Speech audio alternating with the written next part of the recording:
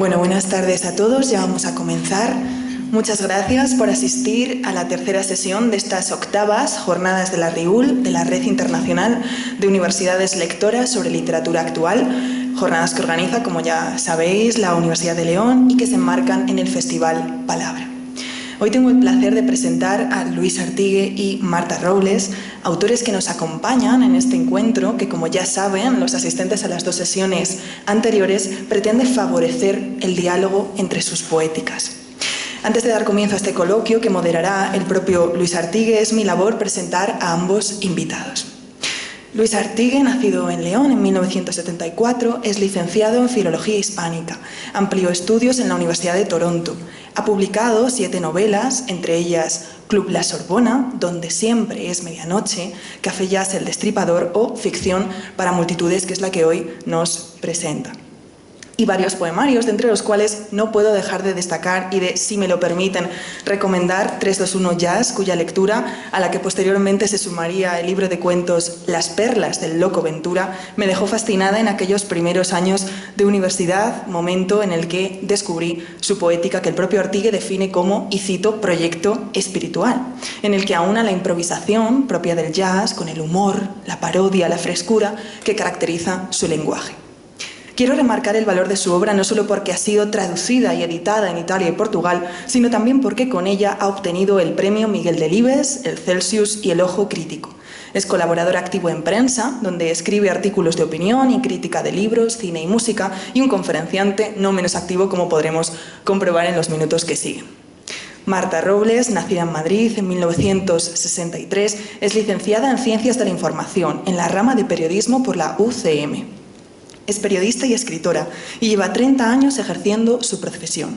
Comenzó su carrera profesional en la revista Tiempo y desde entonces nunca ha dejado de colaborar en distintas publicaciones, como Panorama, Elle o La Razón, entre otras, en programas de diversos canales de televisión, Canal 10, Televisión Española, Antena 3 y de radio, de la noche a la mañana en Cadena SER o A Toda Radio en Onda Cero, etc.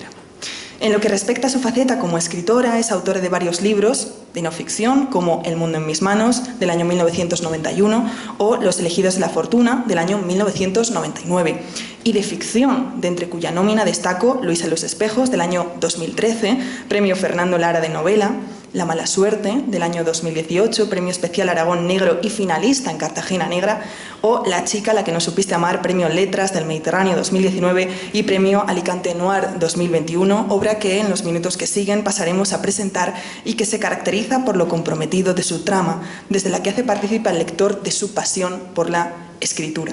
Robles alberga en sus textos espacios desde los que explorar, si nos referimos al género negro, la maldad como, y cito, eje consustancial en el ser humano. Os agradecemos vuestra presencia en estas jornadas y que nos habléis de vuestro ejercicio en el periodismo, pero también de ese viaje, ¿no?, del periodismo a vuestras últimas novelas. No sé qué ha pasado, perdón. Bueno, proyecto más labor y no pasa nada. A vuestras últimas novelas, La chica a la que no supiste amar y Ficción para multitudes. Dichas narraciones, igual que el ejercicio periodístico, también realizan una crónica de lo real. Nos hablan de la trastienda de la sociedad, de los traumas políticos y sociales actuales, desde la envoltura de la ficción realista del género negro, en el caso muy bien documentado de Marta Robles, y desde la capacidad fabuladora de la imaginación loca y lúcida con el hibridismo de la alta cultura y la cultura popular, en el caso de Luis Artigue. Sin más dilación y para no robarle más tiempo a los autores, verdaderos protagonistas de este encuentro, le cedo la palabra a Luis Artigue, que es, como ya adelantaba al comienzo, quien moderará este diálogo. Luis, tienes la palabra. Muchas gracias.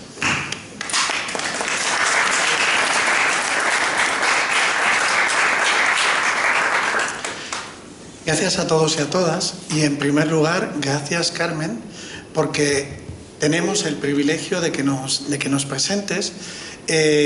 Quiero dar las gracias por estas iniciativas a la Universidad de León.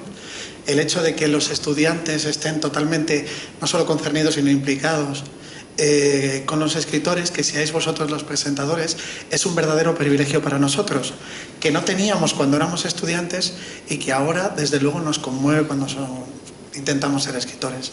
Gracias de verdad, y no sé, el afecto con el que lo has hecho. Y ahora también quiero hablarles a todos ustedes y decirles que, por mi parte, estoy muy agradecido de estar nuevamente en el Festival Palabra, o sea, en la jornada de universidades lectoras, y estar con Marta Robles. Y les voy a explicar por qué. Yo soy un escritor que, en lugar de medios de comunicación, a mí los editores, a diferencia de Marta, me ponen bolos, ¿no? Siempre dicen, yo vendo más hablando en público.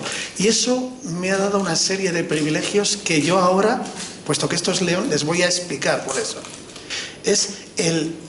Yo estoy agradecido a la literatura lo que a mí me ha dado. Y me ha dado la posibilidad de conocer gente fascinante, pero conocerla en el cuerpo a cuerpo, conocerlas en la intimidad, en conversaciones interminables. Eso puede ser bueno, puede ser malo, pero he podido conocer la literatura actual desde dentro. Y uno de mis privilegios, por ejemplo, ha sido conectar con Marta Robles.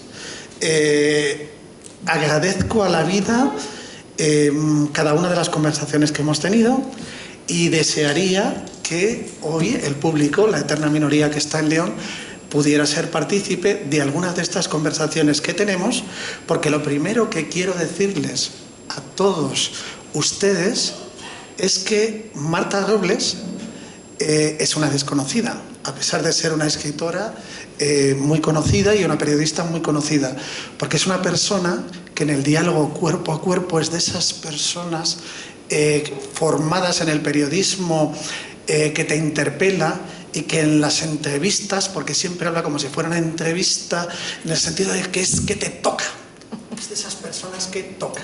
Entonces yo lo primero que quiero hacer en esta introducción es, por esta ventana privilegiada que he tenido, es explicarles a ustedes quién es Marta Robles. En primer lugar, dice San Agustín, tiene una frase que a mí me gusta mucho, que dice: yo soy dos y estoy en cada uno de los dos por completo. Marta Robles también es al menos dos. Está la Marta Robles periodista, pero es muy conocida por ser la gran dama de la televisión y rostro que la cámara la quiere. Pero es menos conocido su periodismo escrito y es más potente. Su verdadero poder yo sostengo que es el verbal. Sus artículos que ahora leemos pues, en La Gaceta, en La Razón, etc., tienen el siguiente componente, que yo les invito además a que lo lean como si fuera literatura. Y a mí me han enseñado que el periodismo ha de ser alguien, no es un oficio, desde luego, es alguien que ve el mundo y que tiene un criterio sobre el mundo. La realidad hay que interpretarla.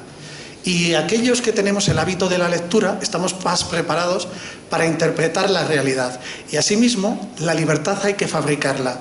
Aquellos que tenemos el hábito de la lectura, sobre todo de la lectura de lo que hacéis los periodistas, estamos más preparados para fabricarnos nuestro ámbito de libertad. Y en ese sentido, Marta tiene criterio. Tiene un criterio muy particular, pero lo alucinante es cómo lo expresa. Hago una diferencia. Ciertos artículos que no tienen exactamente tema, tienen un lirismo que se acerca a los grandes del periodismo literario. Se habla mucho del nuevo periodismo norteamericano, pero no se dice tanto que eso de lo que hacían Tom Wolfe, etcétera, a la vez, eso en España ya se estaba haciendo, ya lo estaban haciendo Julio Cam, además, y Marta bebe de esa fuente. Tiene un lirismo a veces, sobre todo, por cierto, en los artículos de La Gaceta. No sé por qué esa diferencia, ¿no? Pero yo a veces considero que hay algo diferente en lo que haces en La Razón, que en La Razón atiende a temas de actualidad y lo alucinante es lo bien adjetivados que están. Yo soy un enamorado de la forma. Tiene una precisión muy borgiana en la adjetivación y sobre todo el criterio, del cual puedes estar a favor o puedes no estar a favor, puedes discrepar, pero nunca, si eres honesto, podrás decir que no es una voz con criterio. Y esto empieza a ser muy importante en este mundo en el que en el periodismo un tema, otro, se improvisa a veces la opinión. Aquí no hay improvisación, hay un criterio, como decimos, hay una visión del mundo. Esta es una parte que a veces queda solapada de lo que, a mi juicio, es Marta Robles. Solo esto ya daría valor a una figura y sería ya muy interesante escuchar a una persona como Marta Robles. Pero además, como decíamos, hay otra Marta Robles y está en ella también por completo, como dice el clásico. Y es la narradora, la enamorada de la literatura de una forma muy especial, que es la siguiente.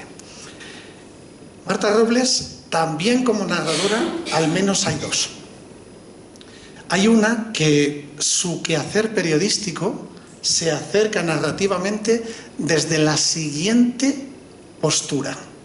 Y es, quiero tratar los temas que son los grandes debates, quiero tratarlos narrativamente para humanizarlos, para ponerles un toque de sentimiento que el periodismo no deja, porque tiene que haber una suerte de discurso de objetividad.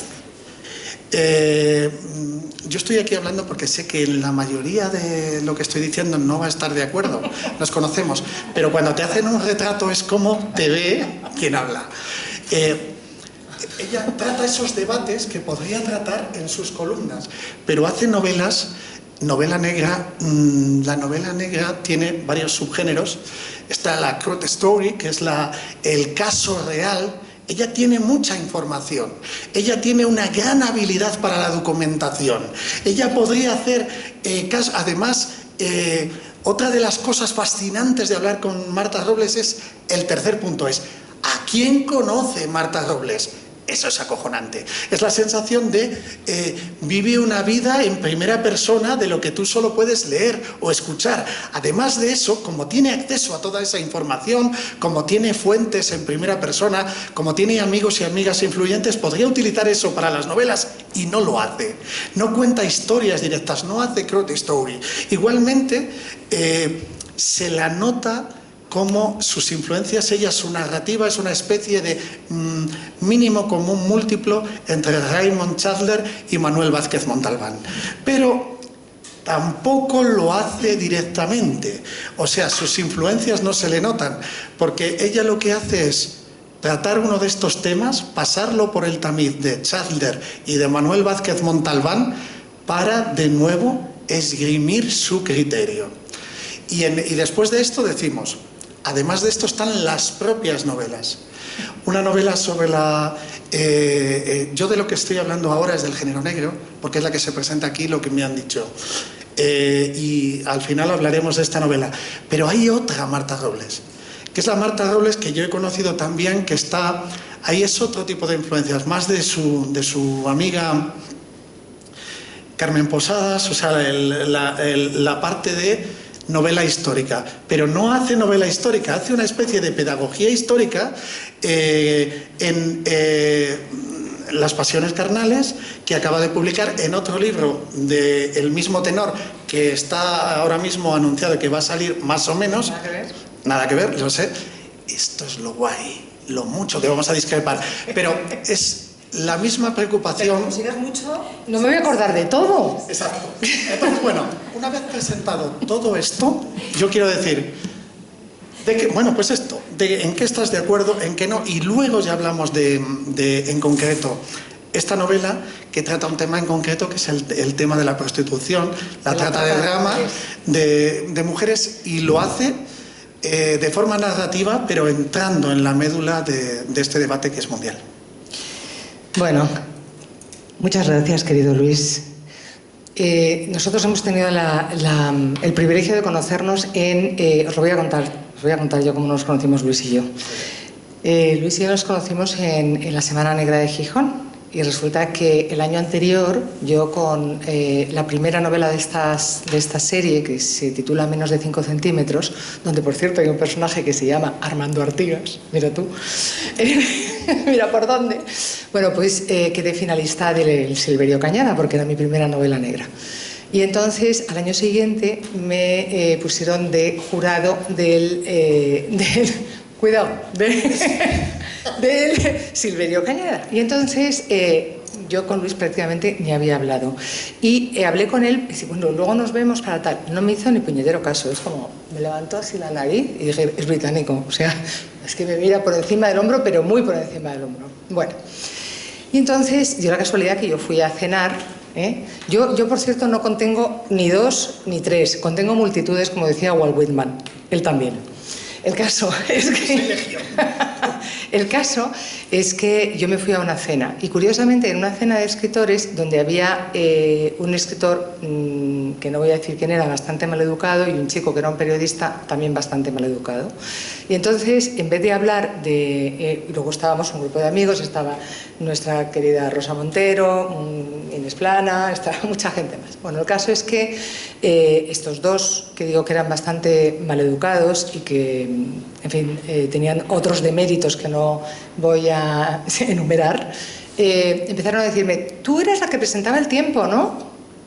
Y yo dije, pues no, yo nunca en mi vida he presentado El Tiempo. Hubiera estado muy bien que lo hubiera hecho, pero no he presentado El Tiempo nunca. Yo he dirigido y he presentado distintos formatos, he subdirigido los informativos, fui la primera mujer que presentó un informativo de las 9 sola, pues entre mis programas de radio está Vivir que son 2 días, cuando pasó el millón de oyentes, en fin, tengo una carrera larga y extensa y además sigo escribiendo desde el primer día hasta ahora, etcétera, etcétera. Mi primer libro lo publiqué en 1991, me faltó decirle chato.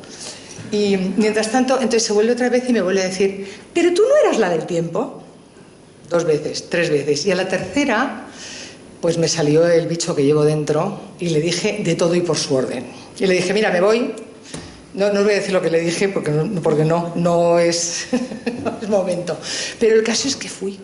Bueno, iba como una pantera, directamente iba como una pantera. Me faltaba añadir así por tener que aguantar estas historias que, por desgracia, tenemos que soportar muchas veces las mujeres. Y entonces iba como una pantera, pero no os podéis imaginar. Entonces llegué al Hotel Don Manuel, donde tenía que encontrarme con Luis, con Paco Gómez Escribano y con nuestra buena amiga Beatriz, con Bea Rato. Un jurado era. Sí, un jurado el jurado de premio. Y entonces llegué para allá y estaba... Entonces empezamos a deliberar, y yo estaba... ¿Te has saltado una parte momento, de los whiskies? No, perdona, no me voy a saltar. Entonces estaba como una pantera, empezamos a deliberar y no había en la mesa más que agua, pero Luis tenía no un whisky, sino un orujo, y entonces digo, ¿sabes lo que te digo? Dame el orujo. Me tomo el orujo de Luis, nos traen, dice Luis, que me traiga otro orujo, me vuelvo a tomar el orujo de Luis. Bueno, cuando ya deliberamos toda esta historia y seguíamos con los orujos uno detrás de otro, un orujo, 2 orujos, de eso lo que todo el mundo. ¿Cómo está de complicada la deliberación? Y de la deliberación no era nada, es que estábamos hablando de lo divino y lo humano, orujo, salimos con un cocimiento, que aquello era... Yo te expliqué que beber del vaso de otro es un beso indirecto. Bueno, hijo, pues ¿qué quieres que te diga? Estaba yo como para pensar en los besos indirectos. Que bueno, y entonces a partir de allí ya sabéis que el alcohol hace buenas amistades o malas, pero en este caso nos hizo una buena amistad para siempre, que además siempre recordamos porque nos reímos mucho, porque acabamos con las existencias del orujo, del Don Manuel, cosa que es, imposible. Bueno. Entró Ángel de la Calle como a las 2 y dice, oye, ya han fallado todos los premios, por favor, ¿podéis terminar ya? Nosotros lo fallamos hace 3 horas o así, o sea... Estábamos ahí, nos reímos mucho, nos hicimos amigos de verdad. Es gracioso porque nos quitamos muchas caretas. Al final, los seres humanos somos animales cubiertos por máscaras y máscaras, desde la primera, que es la propia piel, a todas las que vamos encontrando y nos ponemos. Y luego todos somos muy prejuiciosos y todos nos miramos como nos miramos. Yo creo que él me miró muy prejuiciosamente cuando me conoció y luego se le pasó. ¿Ves? Dice que sí, porque es verdad. No, y entonces, he dicho que sí. Bueno, has dicho que sí. Has dicho que reconócelo, pero bueno, el caso es que a partir de ese momento, claro, cambió absolutamente nuestro discurso, nuestra relación, nos hicimos amigos ya para siempre. Dicho esto, me meto con lo que estabas contando. Yo lo primero que tengo que decir es que yo creo que soy escritora antes que periodista. Por lo menos eso he sido desde que era niña. Lo primero que ha sido lectora, una lectora voraz, enormemente desorientada, porque no tenía guía, porque es verdad que en mi casa los libros que se leían no eran más que libros que aportaban algo, según mi padre, de economía y de derecho, o si no, lo diré, ay, Dios mío, bueno, enciclopedias, y si no, no se leía otra cosa porque mi padre le consideraba que era una pérdida de tiempo. Entonces, bueno, para mí mi salvación en la vida que siempre fue leer, y no tuve guía para leer, con lo cual leí cosas muy jovencita que no tenía que haber leído. Pero sí, como corresponde a mi generación, me encanta que digas en el año que he nacido. Esto ya de verdad, es que vamos a ver. Bueno, pues como corresponde a mi generación, yo empecé leyendo a unos pequeños detectives que eran Los 5 y los 7, que eran firmados por Enid Blyton.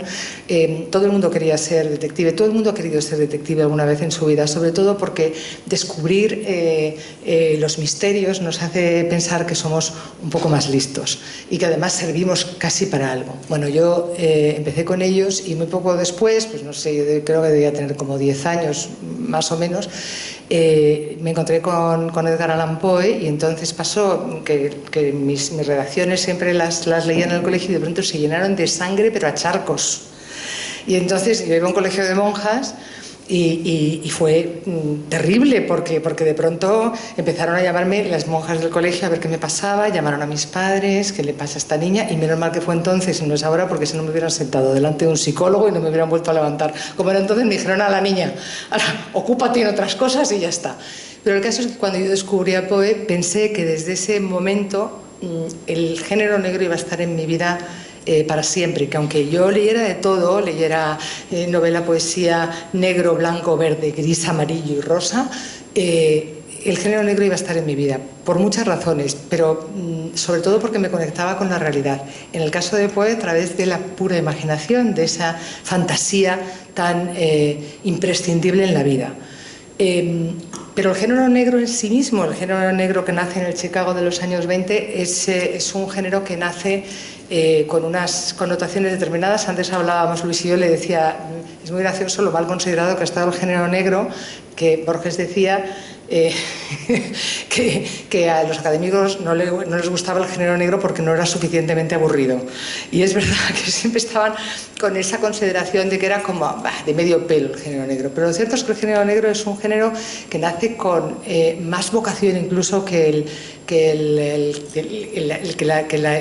realismo social. Nace con la vocación de destripar las porquerías que hay en una sociedad que está totalmente putrefacta. Y por eso sale ese personaje que es el detective, porque entonces todas las instituciones son una porquería. Y algunos dirán, igual que ahora, pues no, ahora tenemos algunos buenos en las instituciones, aunque no lo parezca, pero en esa época pues no se puede uno fiar de los policías, no se puede fiar de los abogados, no se puede fiar, por supuesto, de los políticos, no se puede fiar absolutamente de nadie, y sale ese héroe que es el antihéroe, que se salta las leyes y las normas para poder ayudar y contribuir a la sociedad de alguna manera. Entonces, ese es mi personaje. Yo recupero el personaje romántico del detective y me lo traigo al siglo XXI, que está lleno de policías y guardias civiles, que hubiera sido imposible que en tiempos de Franco, por ejemplo, hubieran sido los buenos de las películas, es decir, de las novelas de género negro, ¿no? Entonces, yo considero que eso de los temas de actualidad es algo consustancial a la literatura. O sea, es decir, Rojo y Negro, que te decía antes, nace, por supuesto, de una observación de la realidad y de una sociedad determinada, pero nace de una crónica de tribunales. Es como nace esta novela. Y muchísimas otras novelas que, por supuesto, no tienen nada de realidad, nacen de la observación de un hecho real, ¿no? Yo primero creo que todo lo que pasa a la literatura es ficción, y que toda la fantasía de la literatura tiene un punto de realidad. como le decía a Luis cuando comíamos, creo que todos los escritores, hablemos de lo que hablemos, aunque hablemos de monstruos verdes, estamos hablando de nosotros. Y en realidad todos hablamos de dos temas, que son los temas que más nos fascinan y que más nos aterran, que son el amor y la muerte. Y ya está. Bueno, ahora te dejo a ti y seguimos si quieres. Vale, pues en primer lugar vamos a arreglar esto. La anterior vez que nos vimos con nuestra querida Carmen Posadas volviste a sacar el mismo tema. No, pero por cierto, que yo no tengo ninguna influencia histórica en el tema de Carmen Posadas, que Carmen Posadas y yo somos muy amigas, pero no tengo ninguna influencia literaria. Solamente hemos escrito un libro a cuatro manos. Y del libro que está allí, me refiero. Pero no, influencia ninguna, no tiene nada que ver. Mira, me refería... fíjate, debo ser... esto va a sorprender aquí el personal, debo ser... Estoy llamando Carmen Posadas. Contesta. Espera. Carmen, estás en altavoz, no puedes hablar. Estoy aquí con Luis Artigue en León dando una charla. Te está oyendo toda la sala. ¿Quieres saludar? Está Carmen. Muchos besos. Carmen, ¿me oyes? Bueno, no oye. Debe estar flipándose. Bueno. Quería decirte, mira, nunca te he sacado el tema con todas las veces que me lo has sacado, pero lo voy a hacer ahora delante de todos. A ver. Antes del fallo de ese premio, tú estabas con tus editores, Gori y Julia, Mabel Lozano.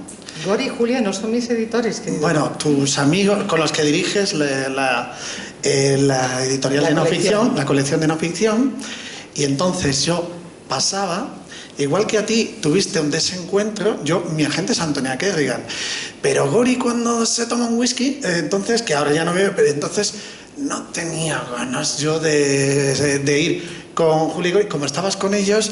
Fue Gori el que me interpeló. Oye, quédate aquí. Digo, ahora no. Y tú te confundiste, yo me refería a Gori. Nunca lo he querido solventar porque desde entonces, como ves, siempre hemos tenido un feeling maravilloso. Nunca habías entrado, pero tuviste lo que llaman un lapsus no lingüe, sino visual, porque yo me refería a la persona que tenías al lado, que era Gori, que es el hijo de Antonia Kerrigan, que es un agente muy importante en este país, que es mi agente, pero además de eso, es editor de la colección de Al Revés, que era la persona que tenías al lado, a quien yo me dirigía, porque yo contra ti ni tengo nada, ni nada de lo contrario, ni te miré mal, ni en absoluto, sino la persona que tenías al lado que me tenía hasta los huevos de decirme, para que no tenga yo que pensar, cada vez que estoy en un jurado, viene un editor a decirme a quién tengo que votar, para que no me canse. Y este era el motivo. Bueno, vamos a dejar esto, que esto ya es muy íntimo. Esto no puede ser. Quédate el favor de... ¿Se me oye o no? Sí. Bueno, vamos a dejar este tema, que yo lo había contado muy divertido. Déjalo, no te metas con el pobre Gori. Venga, Ale. Vamos a hablar de esto. En primer lugar, cuando hablamos de literatura y hablamos de la realidad, es una convención. Y esto es importante saberlo. Es importante hacer, ya que citabas la Semana Negra, saber que estás en un foro universitario, y esto es en el que se respeta, ama el género al mismo nivel que todo lo académico, y esto es una posición audaz, que para ti es lo normal, pero ha costado mucho en sitios como en León. Entonces, precisamente, cuando yo era estudiante, como Carmen, etcétera, era imposible hacer este tipo de literatura de género, que para nosotros, por eso esta mesa se llama Palabra Real frente a Palabra Imaginada, son dos registros de lo mismo. A la hora de hacer periodismo o de hacer narrativa de género, lo único que cambia es lo siguiente. Las novelas de Marta Robles, por ejemplo, responden a este esquema. Un mundo, un crimen, una investigación, unos falsos culpables y un culpable. Lo que diferencia es el mundo. El mundo puede ser realista o puede ser distópico, y en ese sentido podemos llamar novela fantástica o noir, novela negra, pero responden a la misma preocupación. La preocupación de lo académico es literatura que sea divertida, que no esté reñida con el entretenimiento, pero que además atienda a los grandes debates sociales que tenemos delante. O sea, yo lo que creo es que hay que hacer una especie de mix, o por lo menos en mis novelas es lo que pretendo. Por una parte, y yo que soy muy intensa en la vida y lo he sido siempre en todo y muy comprometida con todo socialmente, lo soy en el periodismo, lo soy en la literatura y lo soy en la vida. Y entonces, dentro de mis novelas hay muchos niveles de lectura. Niveles de lectura en los que se puede encontrar una novela negra como puro entretenimiento, sin más, sin meterte en el debate social que yo planteo. Aparte de eso hay un debate social y mucha necesidad de complicidad con el lector a través de una reflexión y a través incluso de eso que tú haces también, que es tirar referencias de mundos que para mí son indispensables, de mundos que tienen que ver con la literatura, con el cine, con la música. Y todo eso está dentro de las propias novelas, porque a mí me parece que las novelas negras también, como todas las novelas, tienen que ser un viaje en el que uno va recorriendo los distintos caminos y que llega a su casa cargado de recuerdos. Y no un viaje en el que al cerrar el libro se te quede todo en el olvido, sino que al final haya muchas cosas que te hayan dejado marquitas en la piel, ¿no? Y yo creo que eso es lo que yo trato de conseguir con mis novelas. Y además lo hago de una manera muy particular porque precisamente abordo temas desde una voz masculina. De esto es justo de lo que quería hablarte. Mira, dentro de los grandes debates de nuestro tiempo, en estas dos novelas se abordan así. El feminismo... Tres novelas, las de la saga negra son... En estas dos novelas, esta que está ahí y esta que está aquí, tienen una conexión en común, que es no solamente en el gran debate de nuestro tiempo abrir algún interrogante, sino lo siguiente. En los debates feministas, desde un punto de vista incluso marxista, si existe un patriarcado y nosotros estamos en el poder y esto es una lucha de clases, nunca jamás cambiará nada, y esto hay que entenderlo de una vez, nunca cambiará nada si los hombres no estamos en el debate. O sea, el feminismo radical no tiene sentido, no colabora en un cambio de las cosas. Pero las novelas de Marta Robles entran en este debate de otra forma, esta en concreto, porque las masculinidades están muy presentes. Toni Roures, que es su detective, está muy bien perfilado en su masculinidad. Tiene un amigo que ha fracasado, y esto es de lo que trata esta novela, que ha fracasado su matrimonio, pero no aparentemente, se lo confiesa él, porque ha fracasado y ha utilizado como parche la prostitución de una manera aberrante. O sea, presenta varios niveles, pero de masculinidad, con muchísima crudeza. Y encima, este proceso que hay psicológico en el maltrato a la mujer, que llamamos la revictimización, utiliza un recurso de revictimización muy audaz en la forma, en el concepto también, para hablar de la prostitución. Hay una revictimización del personaje de la nigeriana que, porque ha tenido una enfermedad, es revictimizada, en el sentido de que además de que ha tenido, se cuenta toda su historia de cómo ha llegado a ser prostituta, el viaje que ha tenido que hacer, pero se cuenta también lo que le pasa por su enfermedad, ese doble grado de victimización, etc.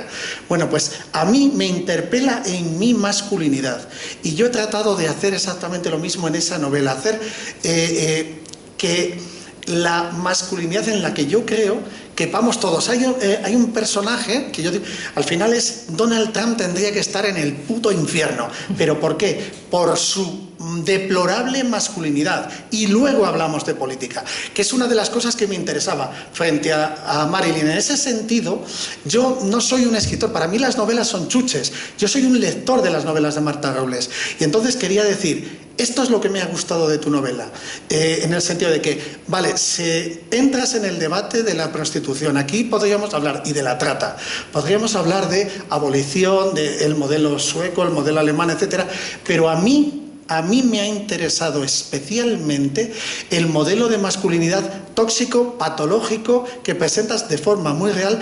Ya les digo el principio. O sea, el principio... Déjalo porque luego lo voy a leer. Como luego lo...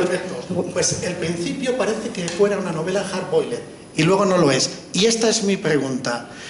¿estabas pensando en concreto en tus lectores masculinos al hacer esta novela o esto fue algo con lo que te encontraste en el camino narrativo? Bueno, yo nunca pienso en mis lectores cuando estoy escribiendo. Alguno me pregunta, ¿por qué acaba la novela así? Si yo lo hubiera acabado de esta manera, digo, pues escríbete tú una. Pero yo no pienso en mis lectores cuando estoy escribiendo. Cuando estoy escribiendo exclusivamente pienso en la historia, en mis personajes, en que me agarren por la tripa, en que me dejen sin vivir mientras yo estoy escribiendo, porque creo que si eso no me pasa a mí, no le va a pasar después a nadie con quien comparta lo que estoy escribiendo. De hecho, Naipaul decía algo que para mí es fundamental, y es que la diferencia entre lo que es literatura y lo que no lo es la carta que un chico le escribe a su novia un día cualquiera, o la carta, esa misma carta que le escribe a su novia el día antes de ser ajusticiado. Bueno, pues yo escribo como si me fueran a ajusticiar al día siguiente cada página y cada línea. Y no pienso en mis lectores porque no me da tiempo a pensar en ellos. Sí que antes de concebir este personaje pensé en que quería una voz masculina, porque entendía que con la voz masculina iba a poder expresar muchísimas cosas. A mí me pasa un poco lo mismo cuando me encuentro en Ficción de Multitudes con esos dos personajes en el lado trascendente de las cosas. Con Natalia Mortimer y con Matilda, que es una doctora, que no es doctora, en fin, es un personaje absolutamente fascinante, porque al final nos están llevando de camino al infierno de la mano, por supuesto, de Luis y de Dante, y nos están haciendo comprender que al final todos los personajes atravesamos por lo mismo, y es pues, por nuestros dolores de infancia, que son los que al final nos llevan a hacer unas cosas u otras, y que hay muchos que tenemos la tendencia o la necesidad de matar a nuestro padre físicamente o no físicamente, no asesinarlo realmente, como si puede ser el caso, pero hay tantas personas que podrían asesinar a su padre porque es el artífice de todos sus dolores. Y yo adoro a mi padre, pero le debía esta novela. Yo he crecido con una frase de mi padre que le decía, Luisín, como no valía para otra cosa, pues estudió, y otra mejor que decía el hombre, que decía, Luis es muy inteligente, ahora si además fuera listo. Entonces, claro, no había ninguna vanidad, pero quería plantearte, fíjate, esta novela surge, esto ya es una confidencia, a los clásicos hay que llegar a ellos. Dante, como ustedes saben, escribe su Divina Comedia, donde plantea la trascendencia, ¿no? Él va en busca de su amada hasta el mismísimo infierno. Y a mí, yo soy de un pueblecito de León, y allí no había kiosco, solo había kioscos. No, yo la primera vez que leí la Divina Comedia era una edición en prosa, y yo creí que era una novela, pero creí que la había entendido. La he leído muchas veces, la he entendido ahora. Es decir, vivo con una persona por la que yo iría hasta el infierno, más allá, atravesaría mares de fuego, rasgaría las velas, las cortinas del templo. Eso es la trascendencia.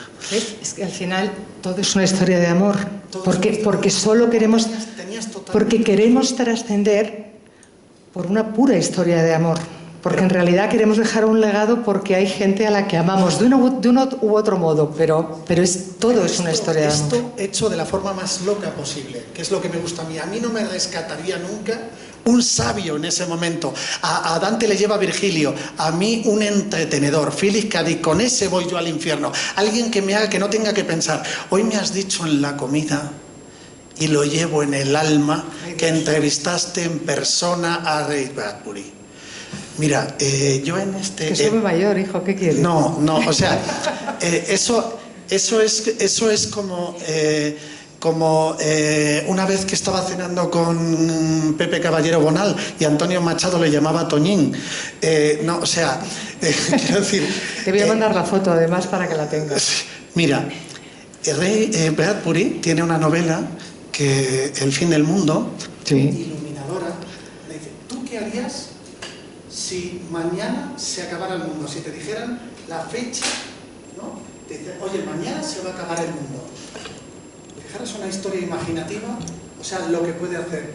Y él cuenta la historia de un matrimonio, un señor que le dicen la fecha en que se va a acabar el mundo. Dicen al mundo, el mundo se acaba mañana a las 8. Y este señor pide salir un poco antes del trabajo y se va a casa, y al llegar a casa se encuentra con su mujer y resulta que son un matrimonio que se lleva fenomenal, y entonces se ponen a cenar y tienen una conversación maravillosa. Porque eso es el paraíso. Y hablan del pasado, de cómo se conocieron, un montón de recuerdos, y por fin deciden ir y acostarse, y se acuestan y se abrazan, y de repente él dice, oye, me parece que un grifo ha quedado abierto. Se levanta, cierra el grifo y se acaba el mundo. ¿Tú qué harías si se acaba el mundo?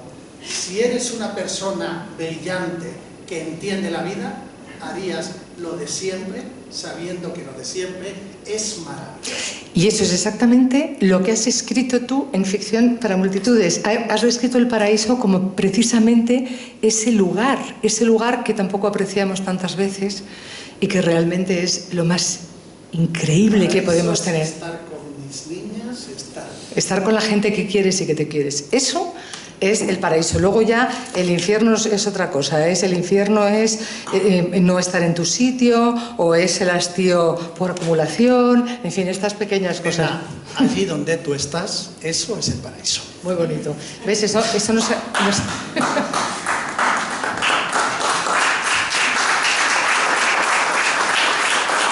Bueno, pues ahí retomo yo y retomo con el tema de la voz masculina, ¿no? Retomo para ir a ese otro lado de las cosas, que es un infierno, que es donde vive la protagonista de La chica a la que no supiste amar, que es una novela donde hay una voluntad, por supuesto, de dar a conocer lo que se esconde detrás de la trata de mujeres con fines de explotación sexual, de ese último peldaño que está representado por las chicas nigerianas, que tienen que sumar a estar esclavizadas, todo ese trayecto, ser vendidas por sus familias, el sometimiento máximo a través del vudú, el hecho del racismo que supone y que ellas sienten que les supone ser negras y que les hace estar en el último peldaño de la prostitución, y en el caso de Blessing, de mi protagonista, de estar enferma, porque muchas veces no pensamos que las víctimas de trata son igual que nosotras, y entonces pueden enfermar de un catarrito, de COVID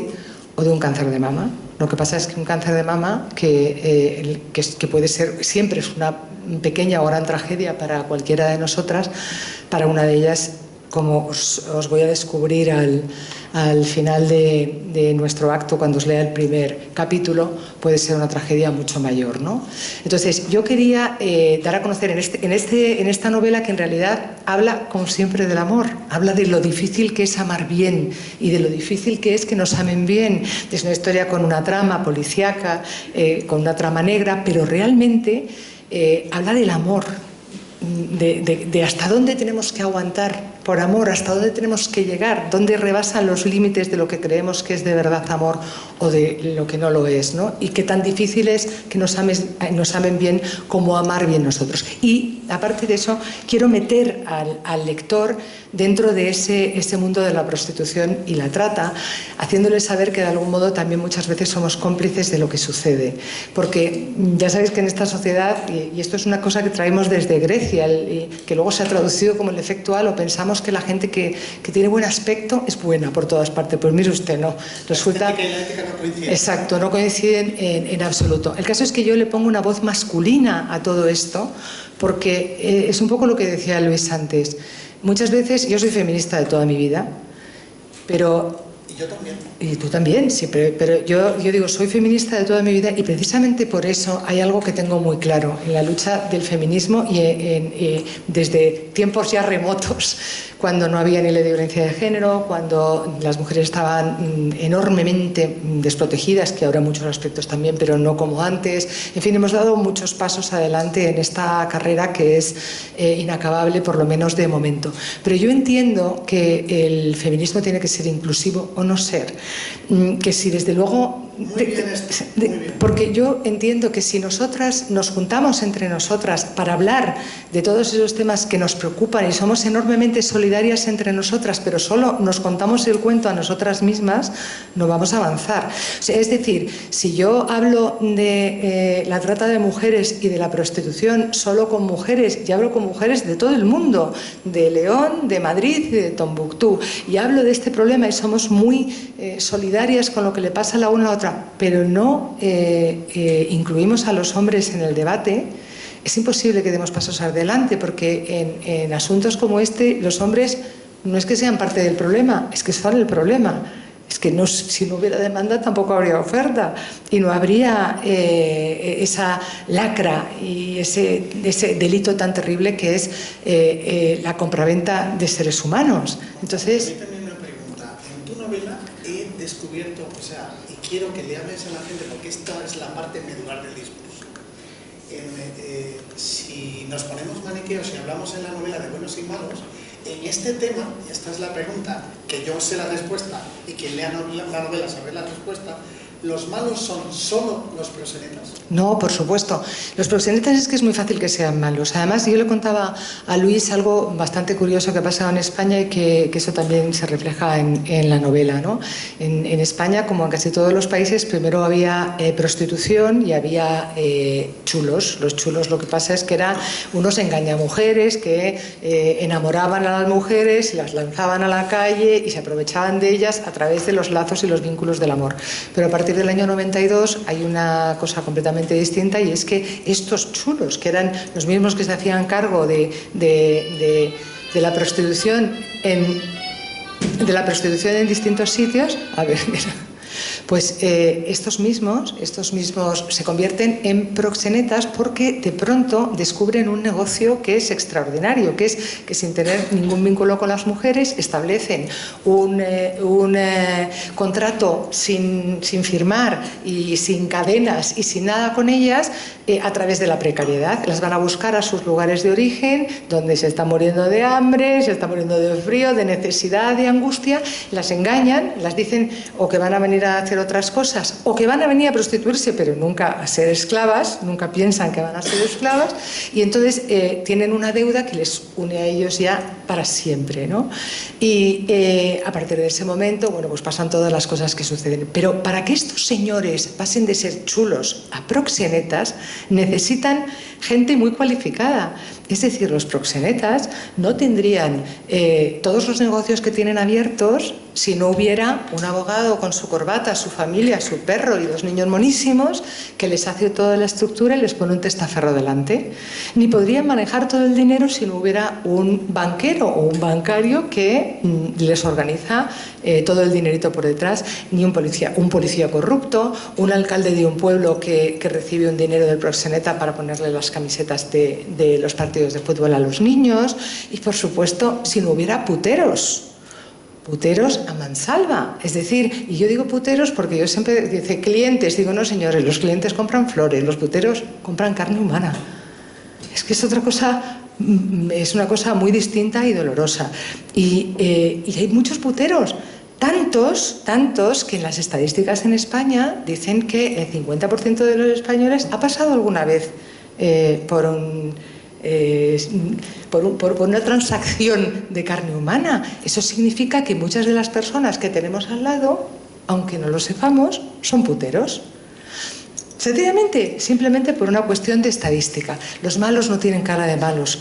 Los proxenetas en general suelen tener cara de proxenetas, por lo menos los que yo he visto, porque además lo llevan a gala, con lo cual pero es que tienen una asociación que se llama Anela, que es la de los clubes de alterne, con lo cual ellos están encantados y cuentan todas las cosas como cuentan y tratan de atraer a los más jóvenes, que son unos clientes estupendos para ellos, porque además vienen sin ningún tipo de arrepentimiento arrepentimiento ni de sentimiento de culpa. Van ahí, asocian el ocio con el sexo y entonces llegan a todos los prostíbulos después de haber llegado a todo lo que es el sexo a través de la pornografía desde que son muy niños, porque tú en un ordenador pones culo o teta, inmediatamente te llevan a una página porno. Entonces ellos se confunden, no saben ni lo que son el sexo y son los que llegan a la prostitución desde muy jovencitos sin sentimiento de culpa y los que tratan mejor a las mujeres. Bueno, todo esto para decir que lo que decía Luis, que a todos esos malos, que he dicho malos que parecen buenos y que en su vida cotidiana están considerados como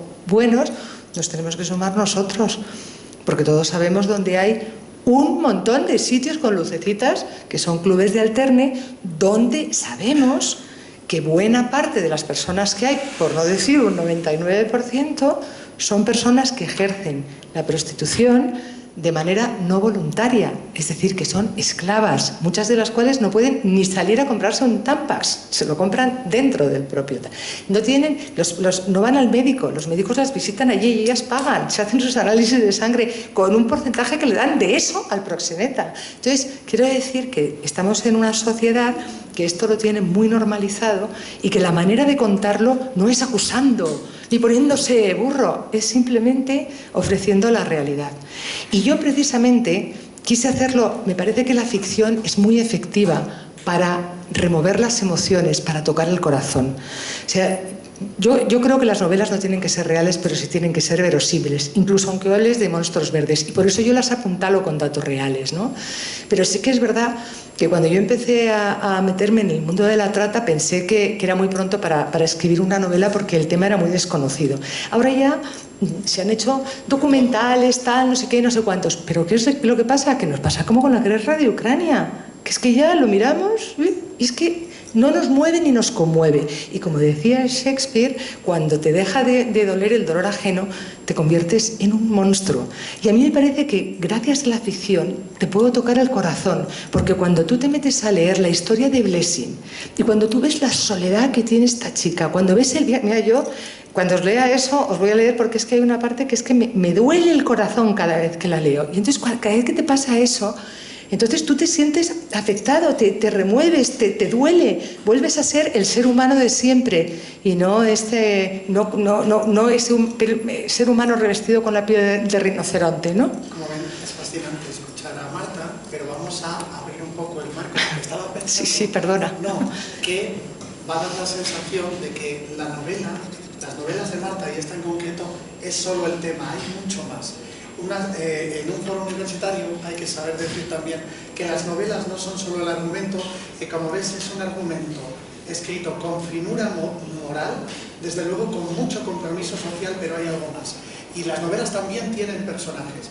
Y es importante decirlo porque si no vamos a creer que estamos hablando solo de la trata y la prostitución. No, y en realidad esto es un proyecto narrativo muy amplio, que se ha convertido Marta Robles en una de las grandes damas de la novela negra española por hacer un personaje de serie, que es Tony Robles, del cual hay que hablar ahora para salirnos solo del tema, sino, como decimos, Tony Robles era corresponsal de guerra, y esto también hace que su doble vida de novelista y de periodista confluyan en un personaje que casi es ella misma.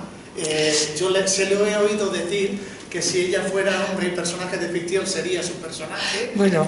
Y decir, él está, vamos a decir, enamorado o encoñado de una mujer más joven, pero llama mucho la atención este personaje. Este personaje no está solamente en esta novela, ya van 3 con el cual ella entra en los diferentes debates, pero queremos hablar del personaje en sí también para poder darles un cuadro más completo de Marta Robles, narradora. Para la gente que no ha leído ninguna novela tuya, ¿quién es Robles? ¿Cómo surgió? ¿Cuáles son sus antecedentes antes de esta novela? ¿Y qué tiene que aportar al panorama del noir contemporáneo?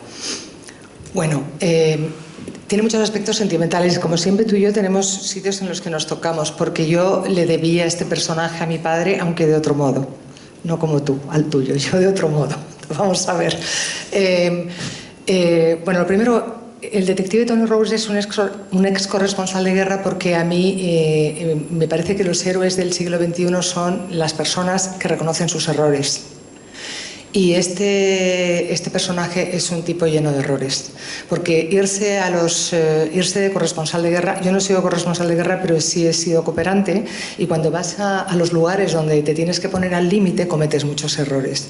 Y además, puesto al límite de sí mismo, el ser humano puede sacar al héroe muchas veces que lleva dentro, pero en infinitas ocasiones saca a un villano asqueroso, que no sabe que está dentro de sí. Y entonces Tony Robles es un tipo que ha vivido muchas guerras, ha tenido momentos terroríficos. De hecho, todas las investigaciones que él hace se entreveran con recuerdos de esas guerras en las que él ha vivido y errores que él ha cometido, todas esas cicatrices, esas piedras que lleva en la mochila, que por eso le pongo un bálsamo, o mejor dicho dos. Él es un tipo que lee mucho, pero es un tipo sobre todo que cura sus heridas a través de la música. Con lo cual es un tipo que, pese a tener ya una edad, es un tipo que tiene mucho encanto y es un gran seductor porque hace eso que yo le digo siempre a los hombres, que es fundamental para seducir a las mujeres, y que no es regalar flores, sino escuchar. Entonces él es un tipo que sabe escuchar con atención, que tiene respeto además a las mujeres, es un tipo que es un gran lector y es un tipo que pone buena música, la música adecuada a cada situación. Como os podéis imaginar, es un tipo que tiene mucho interés. ¿Hay banda sonora en la novela? Hay banda sonora en la novela, y yo se la debo en buena parte a mi marido, que es, pues parece mentira que es ingeniero, pero es que lo que más le gusta es la música y la literatura. Bueno, el detective Roures se llama Roures y todo el mundo me dice, ¿por qué se llama Rouras? ¿Y este Rouras qué? Como el productor cinematográfico, el productor el de La Sexta y el tal y el cual, ¿por qué? Y digo, claro, entonces yo le digo, Rouras es Robles en catalán y es Carballo en gallego y en portugués.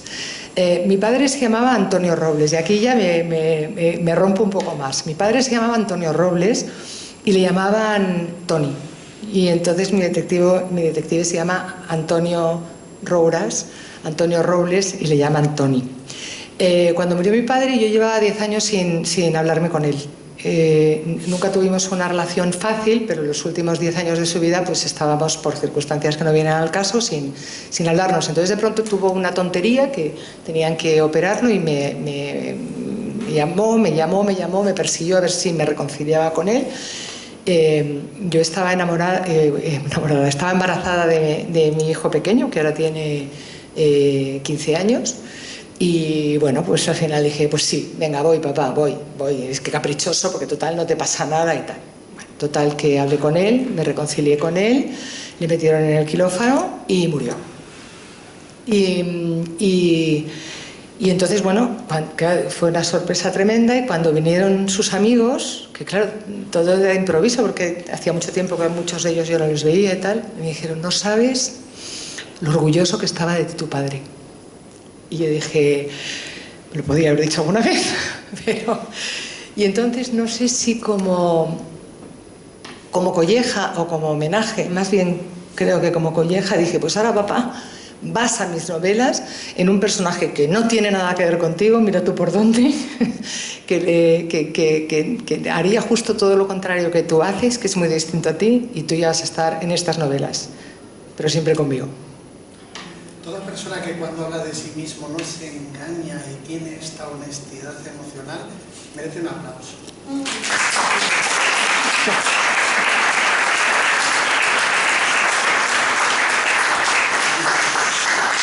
Voy a continuar en esto que hacemos tú y yo si no hubiera gente. A esto yo te pondría esto. Ficción para multitudes es una novela fundamentalmente sobre la trascendencia. Para mí la imaginación y la trascendencia tienen mucho que ver. Es que la trascendencia es mi vida. Yo utilizo un personaje poético, loco, eso me permite decir cosas que a los demás en serio no les dejan. Pero me has recordado una cosa que es alucinante contarle al público. O sea, no me lo creí yo. Que yo estaba pensando con lo que has contado cuando murió mi madre. O sea, que le haces un homenaje además en este libro. Por eso. Es que mi madre, que también sale, porque yo al final en la imaginación utilizo siempre mi sentido de la familia, es que mi madre, nos hemos querido alucinantemente, además yo me parezco mucho a ella, tuvo una enfermedad al final, pero es que ella estaba genial, y lo mejor de su vida es cuando tuvimos a nuestra hija, porque solo somos hermanos. Entonces el tener una nieta, bueno, eso fue un alucine. Entonces en una ocasión pues se sintió mal, yo tengo algo en las manos, etcétera. Y además, bueno, pues fuimos, tenemos una persona en la familia, nosotros íbamos a coger un barco desde Barcelona, y ahora tenemos, dice, bueno, al ir a urgencias, estaba nuestro familiar en urgencias, es cardiólogo, y dice, oye, ¿por qué no la ingreso donde yo estoy? Pero por esto no ingresan a nadie, nosotros ir al crucero, que teníamos 2 días después, bueno, pues bien, y quedó ingresada, y entonces pues fuimos.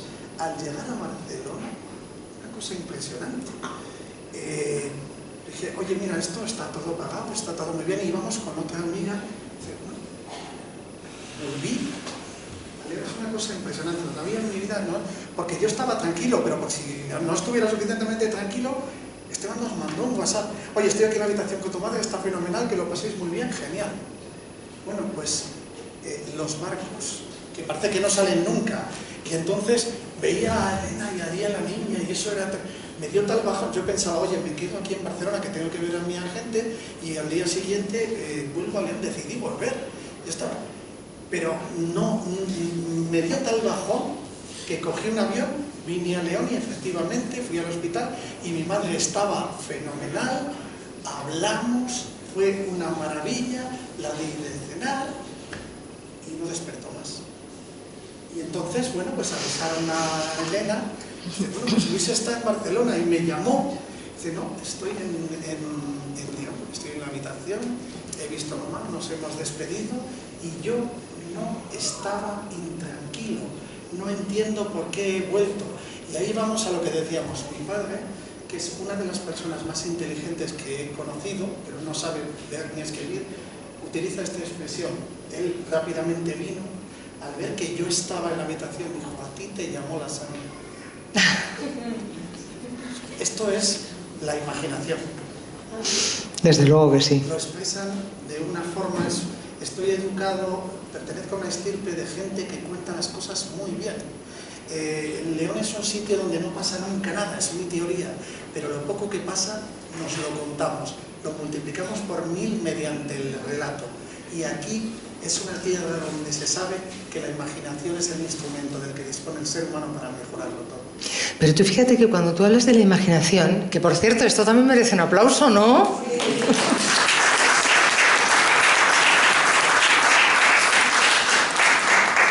Pero fíjate que cuando hablamos de la imaginación, este libro de ficción para multitudes, que es un libro muy loco, es un libro muy loco, pero que hay que leer, yo le decía que hay que masticar despacio. Y así me acordaba de Julio Llamazares, con el que tengo una enorme amistad, y siempre que le dicen, Julio, me ha encantado tu libro, me lo he leído en un día. Y dice, me cago en la, pero con lo que me cuesta escribirlo a mí, te lo has leído en un día. Y me hace gracia porque cuando le pongo un mensaje a Luis después de leerme su libro, le digo, tu libro es de masticar despacio, porque está lleno de referencias, lleno de esas cosas que luego te llevas para tu casa, de un montón de conocimiento. El tipo, como no tiene memoria, más sin memoria el pobre, y el pobre tampoco es culto, pues entonces, claro, vas todo el rato diciendo, Dios mío de mi vida, espérate, otro. Yo es que tengo el libro así, o sea, lleno de marcas, lleno de frasecitas, lleno de todo, hasta de margaritas tengo por ahí. Pero porque es un libro verdaderamente extraordinario. Pero es que tu imaginación, como la imaginación de todos, en realidad, escritores o no, está llena de todo aquello que nosotros nos bebemos, ¿no? De lo que miramos, de lo que escuchamos, de lo que sentimos, del reflejo de lo que dijo tu padre, del reflejo de la sensación de lo que me produjo lo que dijo el mío, de todas esas cosas, ¿no? En realidad la imaginación es algo muy sorprendente. A mí siempre me ha hecho mucha gracia cuando, por ejemplo, Ernesto Sabato decía, hay que escribir de lo que se sabe, de lo que se conoce. Y claro, luego te encuentras pues a Salgari, ¿no? Un tipo que se pasó toda la vida construyendo un personaje y descubriéndonos un mundo que él había descubierto a su vez exclusivamente en las librerías, en las bibliotecas, en los libros en definitiva, ¿no?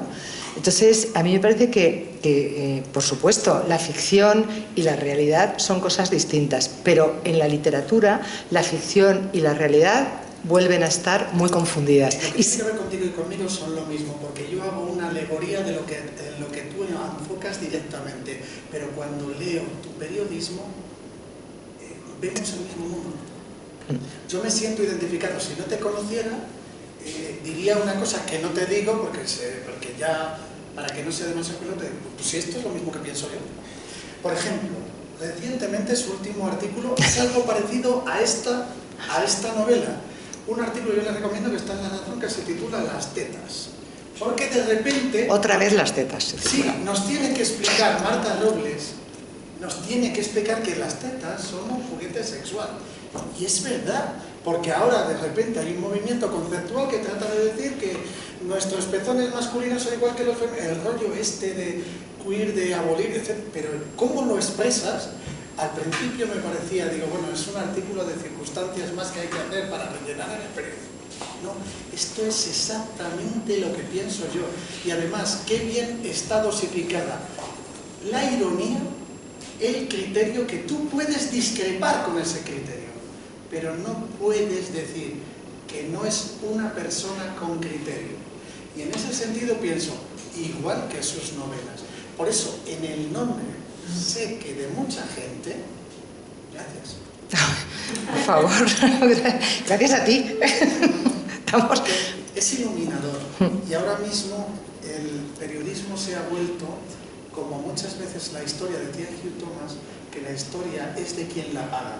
Bueno, no estoy seguro de eso, pero que el periodismo a menudo es de quien lo paga, empiezo a pensarlo muy a menudo. Te voy a decir una cosa, hay algo más terrible, y es que dentro del periodismo hay mucha gente que, sin que le digan lo que tiene que escribir, sin que le ajusten que tiene que estar en este lado o en el otro, ya directamente se pone la camiseta correspondiente para asegurarse su puestecito. Y eso es una cosa que está haciendo mucho daño a la profesión.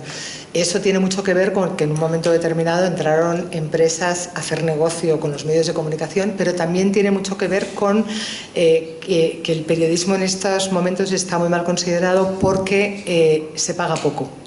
Y es verdad, estamos en un mundo extraordinario. Yo cuando empecé a trabajar en periodismo, cuando trabajaba en Tiempo, y entré en prácticas en la revista Tiempo, y tuve la suerte de que hice algo que me ponen casi como ejemplo en las universidades. Hice 2 portadas estando en prácticas, y era la revista más potente que había en ese momento. Bueno, pues yo trabajaba con una Olivetti y fumábamos, bueno, no, aquello era, no soportaba las cortinas de humo que había en la redacción. Es que sin nicotina no sale. Bueno, yo creo que sí. Ahora ya sí. Pero en ese momento era una cosa bastante sorprendente. Y desde entonces, en ese momento no había Google. Cuando tú lo dices a los chicos, es que están horrorizados. Piensan que tienes que ir a los servicios de documentación, que tienes que hablar con la gente, que tienes que lanzarte a la calle, que tienes que mirar a la gente a los ojos, que tienes que escucharla, cosas que ahora ya no suceden. Entonces, la maravilla que es Google, la maravilla que es Internet, la maravilla que son las redes, la maravilla que tiene todo esto, que nos ha proporcionado muchísimas posibilidades, realmente nos ha cercenado muchas otras. Y la primera es la credibilidad periodística, porque ahora parece que todo el mundo se mete en Google, escribe 2 líneas y ya es periodista. Y igual que todos los periodistas no son escritores, todos los escritores no son periodistas, y el común de los mortales ni es escritor, ni es periodista, ni nada de nada. Nos creemos que todos somos todo, pero no. Pero no, el periodismo va más allá de contar las cosas, tiene que tener una vocación de traducir el mundo, de vivirlo en primera fila, de traducirlo y de contribuir a que sea un poquito más justo. Porque cuando tú das a conocer al mundo a todos, entonces la gente ya tiene criterio para poder opinar sobre él. Y en este momento el periodismo está muy, muy denostado. Y entonces, entre eso y el mundo woke, y el mundo de lo políticamente correcto, pues estamos en un momento en el que la gente no se atreve a decir nada. Entonces, si tú te metes y dices algo de... entonces ya no eres feminista y ya no eres no sé qué. ¿Por qué lo he dicho yo? Porque yo tal... Pero vamos a ver quién reparte los carnets de todo. Entonces, nadie se atreve a decir las cosas en voz alta. Entonces, de pronto cuando te encuentras con artículos honestos, porque claro, hay que diferenciar, lo más importante en el periodismo es valorar y diferenciar lo que es información y lo que es opinión. Porque la parte de información tiene que ser lo más objetiva que sea posible, que nunca va a ser objetiva por completo, porque si yo miro las cosas desde este lado o desde este, las veo de distinta manera, incluso si estoy ahí o si estoy aquí. O sea, pero que tú busques la máxima verdad dentro de la verdad que tú puedes observar. Pero realmente la opinión es otra cosa. La opinión es que yo te voy a contar cómo veo el mundo y cómo lo interpreto. O sea, no te voy a traducir el mundo dándole voz a todo, sino yo voy a defender un argumento determinado. Es muy importante diferenciar la información y la opinión. Y eso tampoco está pasando ahora.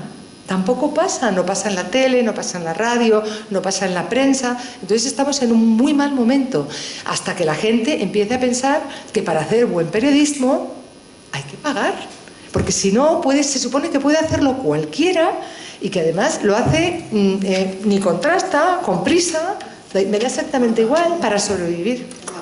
No solo pagar. Yo siempre que estoy en estos foros, hace poco en la Universidad de Oviedo hice un congreso sobre literatura y periodismo y yo defendía la siguiente postura: al público. Yo siempre interpreto al público. Para que exista un periodismo libre, yo siempre digo ustedes pagan por el periodismo. Es que estamos ahora en nada libre.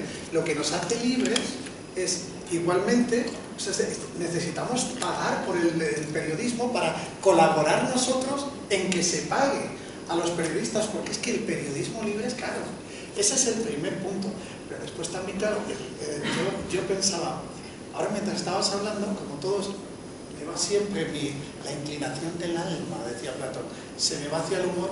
Ahora pensaba en Carmen y el currículum que nos ha soltado.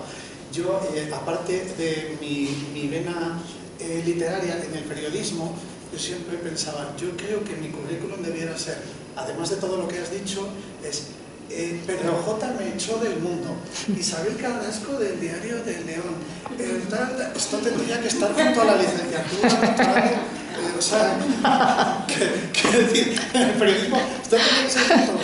Y esto, aunque parece broma, es verdad. El personaje poético, y esto te lo pregunto, aunque es una intuición que yo tengo, el personaje poético permite al periodista, a los que hacemos opinión, nos da mucho, en el sentido de yo me pongo un disfraz de inteligente loco, que está loco y puede decir lo que quiera porque parece que está loco, a los demás no les dejan, en serio no les dejan. El humor te permite en opinión saltar toda censura, sobre todo toda autocensura. Ya lo decía Evelyn Boch, ya lo sabes, para tratar un tema en serio lo tienes que hacer con sentido del humor, si no nada. Charles Dickens tenía un personaje en los periódicos tras el que se ocultaba para decir lo que le daba la gana. Pero es que te meten en la cárcel ahora por un chiste. Ya, evidentemente. O sea, es que a lo mejor esta es la fin. censura de no sé qué. Por favor, ríanse más. Empiecen, por ejemplo, por leer ficción para multitudes. Bueno, vamos a alegría absoluta. Lees el primer capítulo y que se queden aquí. No, pero vas a empezar leyendo tú, lee tú, que voy a dejar yo para que se vayan a su casa con dolor de corazón. Lee tú primero. ¡Hala! Lee tú primero, que te lo dejo a ver, el mío está todo pintado, pero... Si es que nos han dicho que una de las cosas que hay que hacer es aquí leerlo yo. Sí. Bueno, mira, en primer lugar, te voy a decir una cosa que te dijo a ti, Julia Llamazares, la escucho mucho, a veces en internet o en las firmas, cuando estás firmando, esta cosa de, me gustó mucho su novela, pero me gusta más cuando la cuenta usted. Eso sí que es jodido, Pues, yo me acuerdo que un día a Francisco Umbral le dijeron, ¡ay! ¿Habla usted como escribe? Y dice, ¿será que escribo como hablo? De estas anécdotas, aquí en León teníamos un académico maravilloso, del Bierzo, Oscar, Valentín García Yebra, que en un foro como este, yo era más joven, imberbe, masturbador y hedonista, dice, estaba en primera fila y al llegar aquí hice una cosa tremenda, que es al micro hacer para dar la conferencia y digo, ¿se escucha? Perfectamente, pero no se te oye porque el micro está apagado. Los de la precisión lingüística nos pueden destrozar. Miren, quería decirles, ficción para multitudes. A mí lo que me gusta es crear siempre, mejor, antes que leer, es relatarles de qué va, cuál es el punto de arranque narrativo. Y es este. Esta novela trata de Natalia Mortimer, un historietista de cómics de fama mundial, palma de COVID en Nueva York, y entonces descubre lo que pasa después de la muerte, y es que te llevan en limusina hasta la oficina de la secretaria de Dirección de Dios, que es la que tiene que decidir si vas a ir al infierno, al purgatorio o al paraíso. Y él le dice a la secretaria de Dirección de Dios, que le hace una especie de entrevista de trabajo, mira, a mí ni entrevista ni nada, no tienes que decir nada porque yo quiero ir al infierno porque seguro que allí está mi padre al cual quiero restregarle por los morros mi éxito mundial actual. Y entonces dice, vale, pues vete al infierno. ¿Y qué es el infierno? El infierno es la Torre Trump. Entonces va a Nueva York, a la Torre Trump, y resulta que allí en la puerta está Philip K. Dick, que le acompaña en un viaje por el infierno, que es ese edificio que en el ascensor va viendo todos los pisos del infierno. Cuando está allí con Philip K. Dick ocurre algo que cambiará para siempre toda la forma que tienen ustedes de entender la otra vida, esta vida y la trascendencia. ¿Qué es? Si quieren saberlo, les recomiendo la lectura de Ficción para...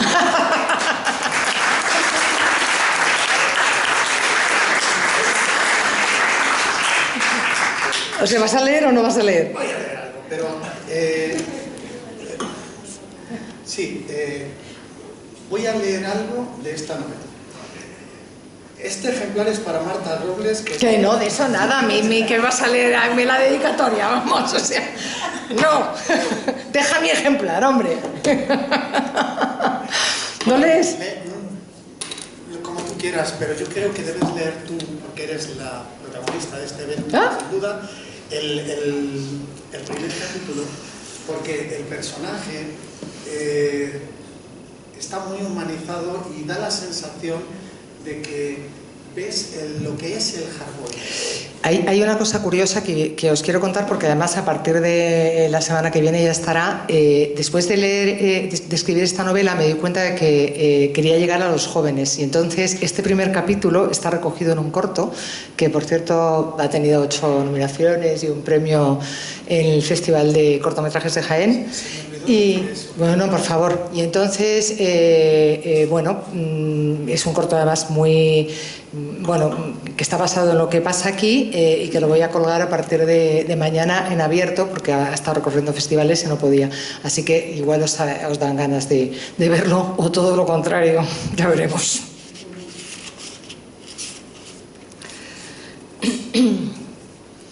Calladita. Bang.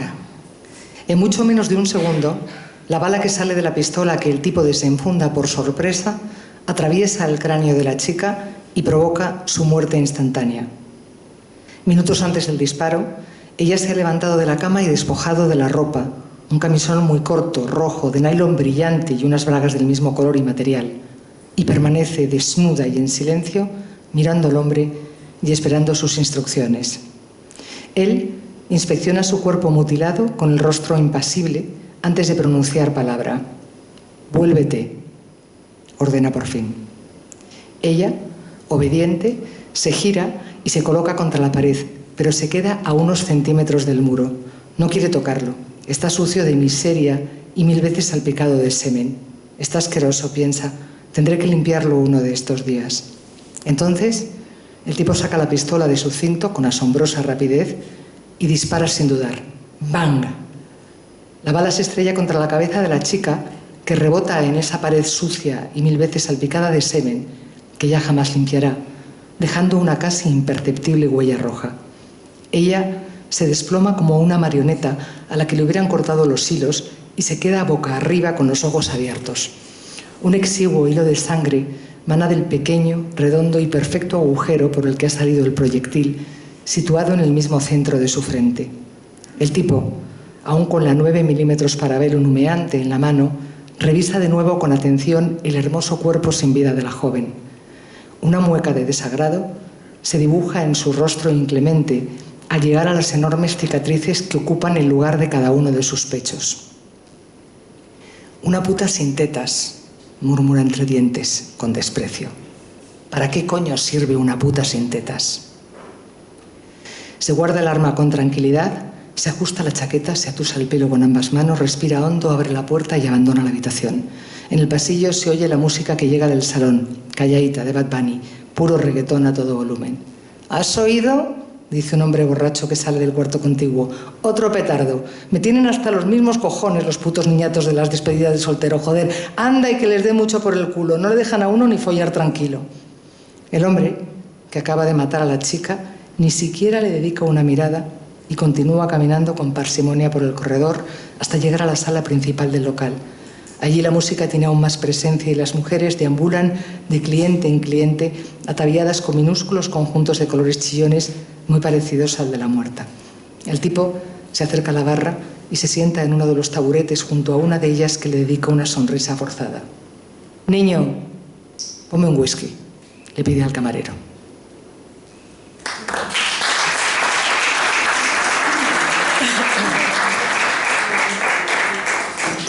Pues después de esta escena brutal, resulta que esta mujer ha vuelto. Le encargan a Tony Roures el caso de investigar a esta mujer, pero no, se lo encarga un hombre que está casado con una mujer en Castellón. Aparentemente tiene una vida magnífica, pero resulta que confiesa que no es un matrimonio tan magnífico y que tenía una relación con esta mujer, pero este no es el único aliciente para leer esta novela. Además, esta mujer tiene una historia tremenda, cruel a veces. Tiene la historia de cómo llegó a la tierra prometida, que era Europa, pero resulta que era la tierra prometida. Sí, pero perdóname, lo más de esa parte de Blessing, quizás lo que yo he querido transmitir, porque para mí es lo más importante, es que una víctima de trata es una mujer como cualquiera de nosotras, insisto, pero que una mastectomía a cualquiera de nosotras nos puede destrozar y hundirnos en la miseria porque es una tragedia, pero que a una víctima de trata le puede costar la vida. Y esto no es ficción, esto sí que es realidad. Y en el caso de estas mujeres, además, lo más terrible es que en el proceso, lo que es un cáncer, dentro de la sin compasión del mundo de los proxenetas, naturalmente no van a llevar a una chica a que se dé quimio ni a nada que se le parezca. Estas chicas están pavorosamente solas. Y lo más necesario cuando uno tiene un problema de estas características es estar acompañados. Y son chicas como cualquiera de nosotras.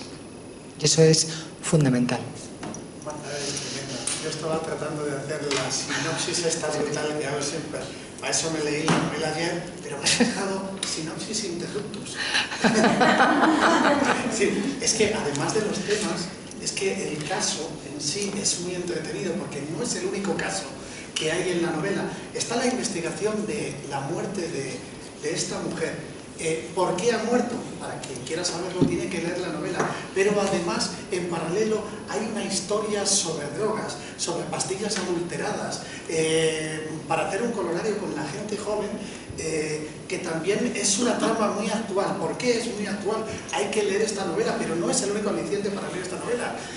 Además, hay una forma de entender el amor, tanto en el personaje de Roures como en el personaje de su amigo. Como toda la novela es un tratado, como decía el arcipreste de Ita, sobre el buen amor y el mal amor.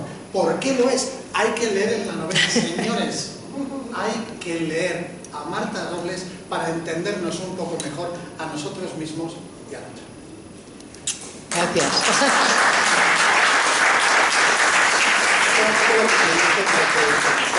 Yo quiero siempre recomendar a la gente un poco que compren y lean novelas, y si hay tiempo pues leo yo también el arranque. Claro. Me ha encantado cómo lo ha hecho Yo en mi caso lo que hacía en este caso, yo siempre he pensado, bueno, por las circunstancias que os he contado en las que escribí esta novela, me fascina, pues bueno, vivo con una persona que es especial. Una de las cosas que pasó en este calvario que hemos pasado es la cantidad de gente que teníamos alrededor, algunos presentes con un amor infinito y muchos a los que Elena había ayudado y llegó ese amor tremendamente, y yo pensaba, ¿y cómo lo hará? Me llama la sensación de cómo serán las terapias, entonces me lo imaginé aquí.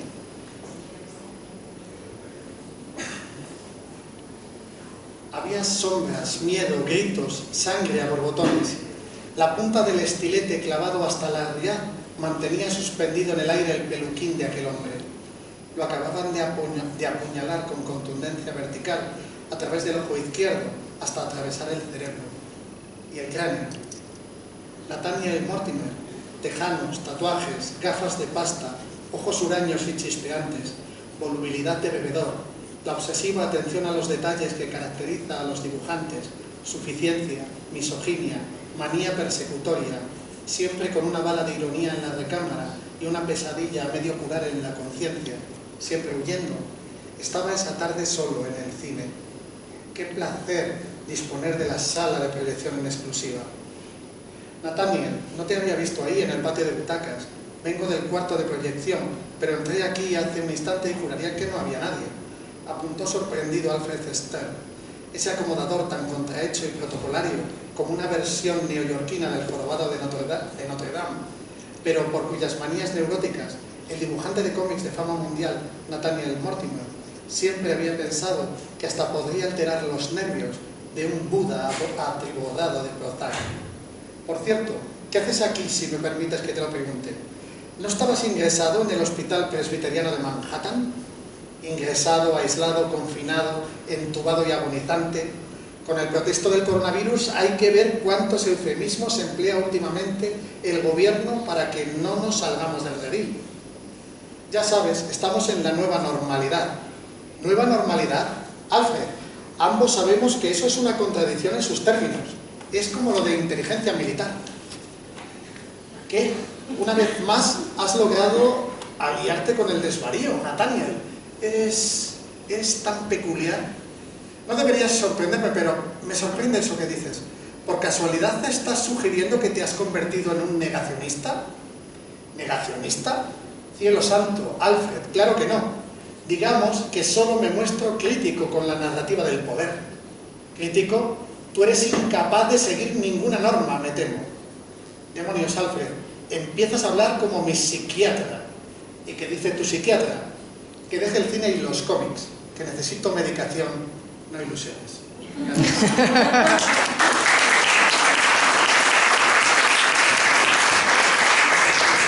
Bueno, yo quiero terminar, por cierto, recomendando a todos los presentes que compren y lean novelas, porque sin las novelas probablemente la vida seguiría existiendo, pero no sabríamos qué significa. Gracias. Bueno, sin ánimo de ser la última, de verdad me da pavor ser la última que hable en este tipo de encuentros. Ha sido de verdad todo un gusto escucharos. Estaba apuntando todas las cosas preciosas que habéis dicho con respecto a la literatura, y es que quiero quedarme, creo que esta mesa es necesario quedarse con una especie de resumen siguiendo un poco la estela que haría un poco Natalia Álvarez, que es la que debería haber estado aquí moderando y que la echamos mucho de menos y no quiero dejar de mencionarla, pero me quedo con las palabras de ambos, de que la literatura y el periodismo, es decir, esas palabras reales e imaginadas, nos cuentan también, es la interpretación del mundo, nos cuentan lo que hay en el mundo, que son nuestros miedos, nuestros dolores, nuestros temores, aquello, ¿no?, de lo que queremos escapar, pero no tenemos que escapar, tenemos que ponerle frente, ¿no?, de alguna forma. Entonces, muchísimas gracias de verdad a los dos por haber estado aquí presentes, por haber dialogado, por haber conversado de una forma maravillosa y súper fluida. De verdad os lo agradecemos un montón. Creo que el público también os lo ha agradecido y bueno, ahora para cualquier persona que quiera venir a firmar el ejemplar, estarán aquí dispuestos los autores a ello. Muchísimas gracias.